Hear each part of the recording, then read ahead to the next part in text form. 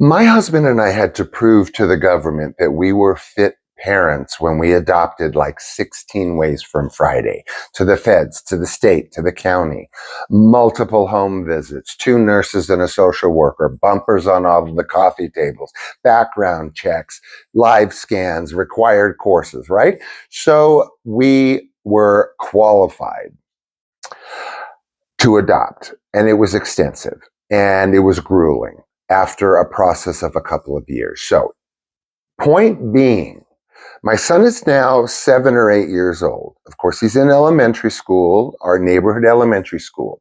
And there is a young girl that I don't want to say is harassing him, but she is a young lady in his grade, coincidentally African American as well. And she comes up with this asinine accusation because she has this crush on him.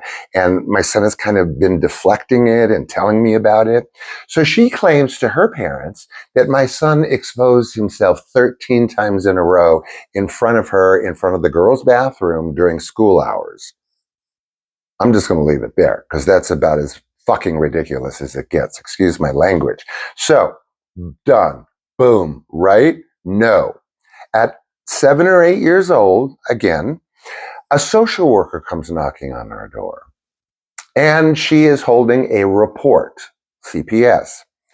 And she lays out the accusations, which I just told you were absolutely beyond ridiculous.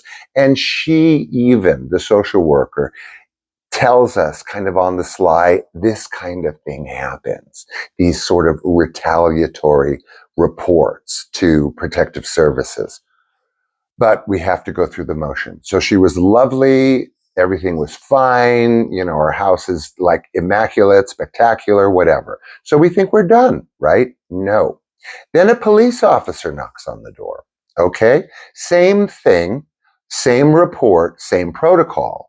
And again, he's saying, you know, we get these things, these retaliatory reports.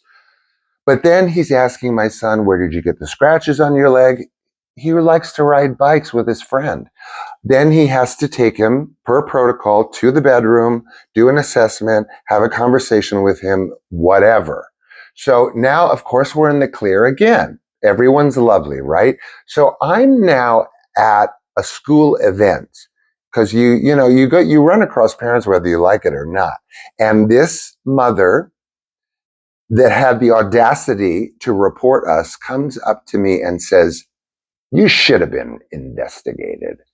Okay, so two white gay men raising a black son has never been easy. No complaints, but there's been a lot of challenges, I should say. And so I am not guessing motive here. I am not assigning to any ethnicity or anything of that nature because I can't, because we have friends and acquaintances of all ethnicities that completely embraced our adoption process. So all this reporting taught me was to expect threats. And I'm not sure that that ended up being a very good thing on my part.